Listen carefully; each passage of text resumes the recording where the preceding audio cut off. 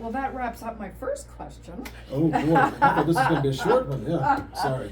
I have two more. The second one had to do with your calling to be a priest, and how did that happen? You said you became Catholic senior of college. Yeah. Seminary happened later. A little bit later, yeah. So can you tell us about the call? Yeah. So I remember as a boy really being attracted to missionaries. So in the Baptist church, at least Southern Baptists would send out. I mean, they've always been big on the missions, and a large percent of their budget, would be sent. Maybe 30% even would be sent to fund missions at home and overseas.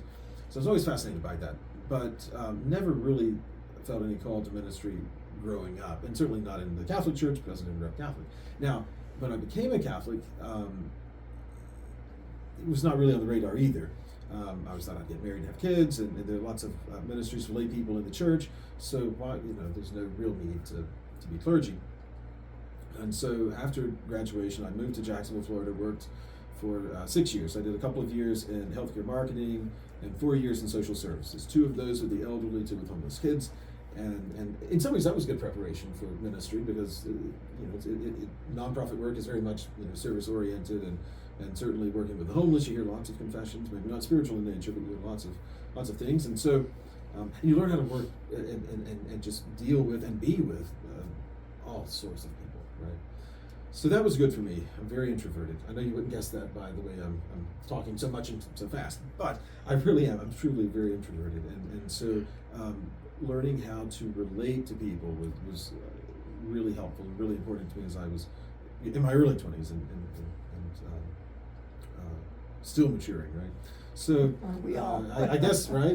That's what life is, I suppose. So I guess, and of course, during this time I'm working, I'm dating, whatever else, and went to grad school and so forth. And the best way I can describe it, there's sort of a tug on my spiritual sleeve, right? And it's sort of like God saying, "What about me? What about?" And I'm thinking, well, "What about you? I'm doing this. I'm doing this. Right? I'm going to mass. I'm going to confession. I'm doing this. I'm doing these things, and Legion of Mary and all various things as a lay person. What's lacking? What's Did missing the tug here?" keep? And it did. And so I talked to various priests, and this one poor priest, he got so fed up with me, I guess. I didn't know it at the time until he kind of snapped at me and said, "You just need to go to seminary and get it out of your system." And I thought, that's the best advice anyone's given me. Just go and get it out of your system.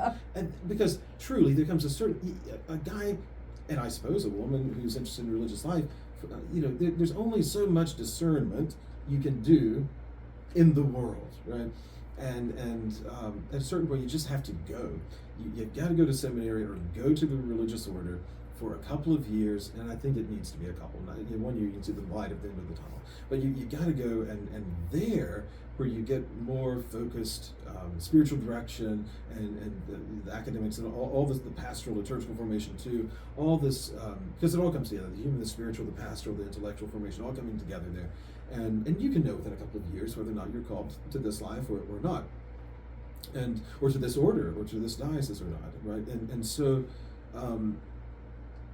I took his advice and I applied. I did defer a year, which allowed me to wrap up some things with work and so forth. And then I went. I was not with the ordinariate at the time, though. So I was with the Diocese of St. Augustine, so I did 2 years with them. And then when I transferred to the ordinariate, it took a pastoral year to make sure it was a good fit. And then I went to do my last 4 years of priestly formation. And so wait a minute. So last 4 years is in seminary? No. Well, there were 6 years total for me. So it varies if you've been to college, if you haven't been, how much. So I have a minor in philosophy, so I didn't have to do 2 years of pre-theology, just 1. So it's a sort of a case by case, and they're even changing it now. I think the perpetuited year or maybe a spirituality year can suffice. They're changing things. I shouldn't say constantly, but every so often they revise the norms. And bishops can make exceptions, but they're trying to make sure that guys get basically the same formation. And it's not just about the intellectual side. It's not just academics, although they do need to know theology. Right? I mean, we need to know theology. We need to know canon law. We need to know these things. But it's also about making sure that the person is formed from a human perspective, right? Are they emotionally and psychologically healthy, sexually healthy? That's a big one these days. And especially in light of all the abuse that's happened in the past century.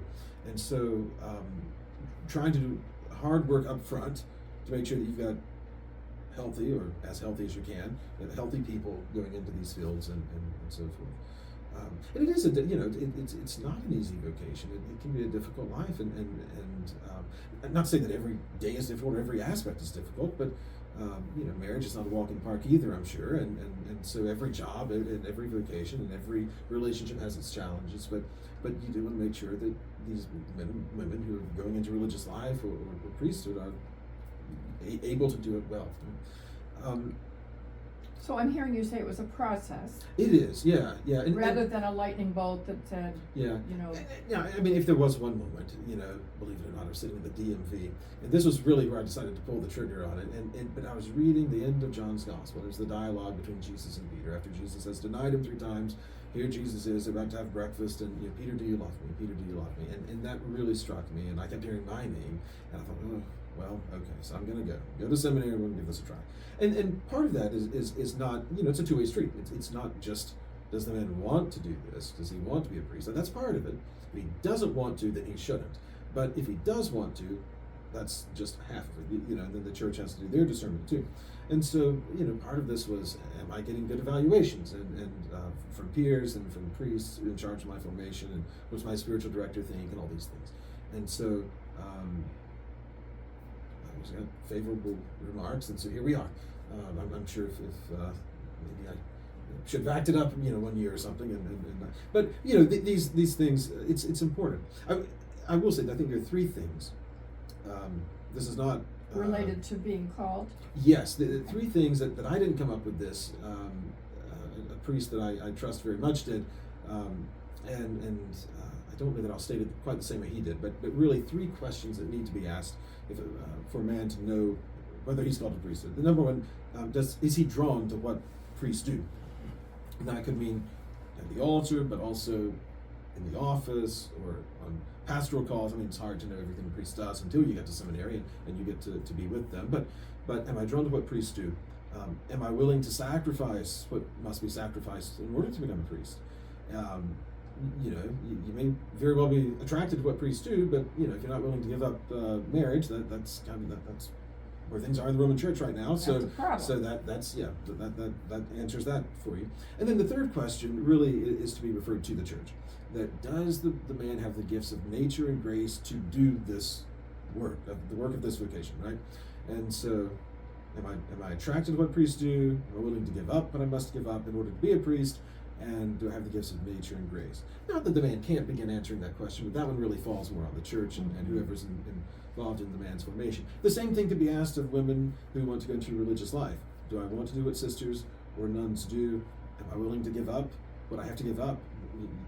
Poverty, right? To live in poverty, to live a life of obedience, perhaps a life of stability, not knowing where you're going to be assigned, all these things.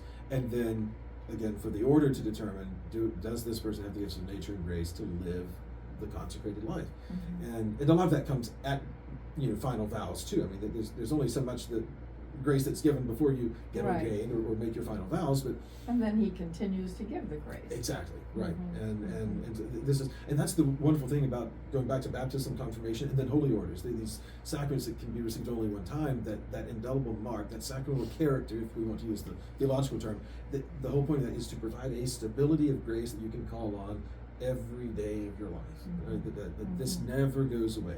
No matter how bad we are, it never goes away. And that should bring some comfort, because Sure. It's grace is not on us. Everything is grace, and so we always have to come back again and again to what God's offering us. Well, my third question is sort of related into your second answer there. Oh, good. And because I got a little lost where and I'm good at that. No, well, you went to seminary in Rome. We saw you there. That's right. Remember, we visited Rome, and you took us around. That was took a us fun to time. a great place for lunch, etc. Yes. I know all the best places. So if anyone needs a recommendation for a gelateria, a restaurant, an osteria, place to walk, yes. But that seminary piece was how long? So, 4 years in a row. So I did 1 year at the Mount in Emmitsburg. Okay. I have no idea if the Mount is in this direction, but that's where I'm going to point. Wherever. So 1 year at the Mount, and then 1 year in South Florida at Boynton Beach, So all the bishops of Florida, all those dioceses own a seminary in Boynton Beach, Oh. and so that's where most of their men go. So when I was with St. Augustine, so it was philosophy at the Mount, and then theology in Boynton Beach. But then I transferred to the ordinary, and then I did my last 3 years in Rome, and I studied at the Angelicum, which is the Dominican university. But in Rome. Rome. Yeah. Okay. All right. But then every man's case is different. So some men, if they've been to college, they might do 2 years of philosophy and then 4 or 5 years of theology. Some guys in Rome end up doing 6 years rather than 4. It really depends. Wow, I had no idea it could be that complicated. I thought you go to seminary for 2 or 3 years and you're done, and there you go. If only, yeah, if only. Yeah. I guess, is that more of a Protestant model? Yeah, Okay. so, and the Protestant model is probably more focused on academics rather than human formation or whatever. It seems to be more focused on intellectual and I'll say spiritual / liturgical formation or maybe pastoral formation. Whereas in the Catholic Church, we are trying to make sure that the whole person is being formed, and that academics are not the most important thing. They are important, right? But not the most important. Yeah. Well, now that you've been a priest for what? How many years? 2.5. Just, you're not really a newbie. I don't know if we can call you a newbie, I feel like I just figured out what I'm doing. So. Well, it takes all of us a long time. Sure. So what are some of the joys that you have about being a priest? Oh gosh, yes, so many. I mean, really, so the main reason that I was interested in this to begin with was this desire to be the sacramental, the heart of the sacramental life of the church, to be right at the center of the sacramental life of the church. And so, hearing confession, celebrating Mass, and being with people at really most intimate moments of their lives, whether that's preparation for marriage, at the wedding, when they're dying, these are really, the sacraments are privileged encounters with Christ, and so that's what it should be for them. If I don't screw it up too much, it can be for them, and so. But for me, it's also a privileged moment to be with people at these very special times, and some are happy moments and some are difficult moments, but there's a joy in all of that.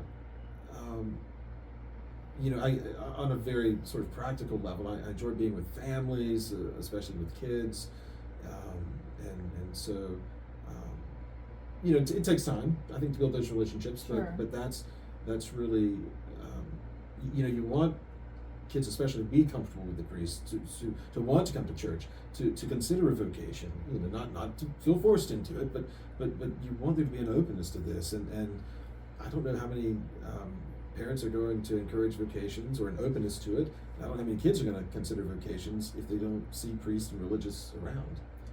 So I think that's really important. Well, what would you say to someone who's thinking and maybe? Well, I would say to people who aren't even thinking about it, think about it. You owe it to yourself. You owe it to yourself, and you owe it to the church. And say that again slowly. You owe it to yourself, and you owe it to the church. Because look, as I said before, everything is grace. Everything is gift. Everything that we have has come from God. And what are we willing to give back to Him? And are we going to be stingy? Most people who watch this are not going to be called to any sort of religious life or consecrated life or priesthood or anything, and that's okay. Marriage is the normal vocation, but I want young men to see priesthood as also an ordinary vocation for ordinary Christian men. This is not something extraordinary. It really is an ordinary vocation. Why do you Priests say can that? do. Why do you say that? That's interesting. Yeah, because we need to think, what does extraordinary mean? It means sort of out of the norm.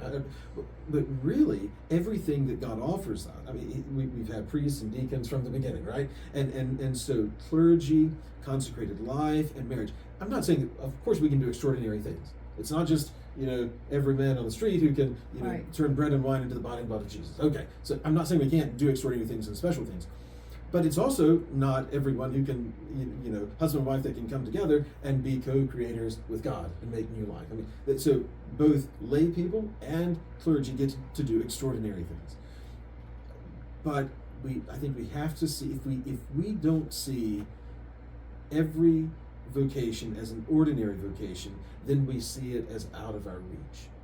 There could be boys or young men who might think that I like the idea of priesthood, but that's so far beyond me. I couldn't possibly do that because of X, Y, or Z, because they see it as extraordinary or not the norm. And I think remembering that our primary vocation for all of us comes from baptism, right? The universal call to holiness. It is more important, like my most important vocation is that I am a Christian, that I am a disciple of Jesus. That is more important than me being a priest. And just like yours, it is that you are a disciple of Jesus. Before you're a wife or a mom, it's your Christian discipleship. That's what it is for all of us. So single, married, clergy, consecrate, whatever we are, whatever age we are, whatever we do for a living, all these things, the most important thing is our baptism. The most important thing is being a disciple of Christ. And then beyond that, then we look, what is our how do we live out this universal call to holiness?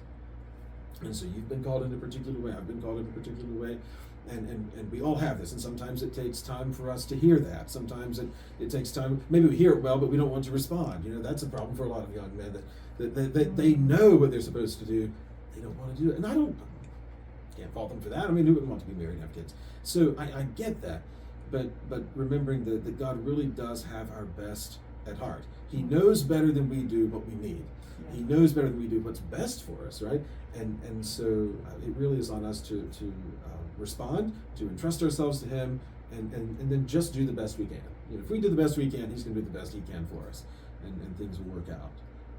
So I hope that answers the question. Yeah, I think so. I really appreciate hearing that, because we do tend to elevate priests, thinking that they're either faultless or superhuman or something, and now my situation, being married to a priest, makes it very different. Yeah, right. But it's easy. It's easy to think that it's out of reach. Sure. So I appreciate you saying that a lot. Well, there's a whole lot more we could talk about, but another time. I'll and then just say, how's Lucy?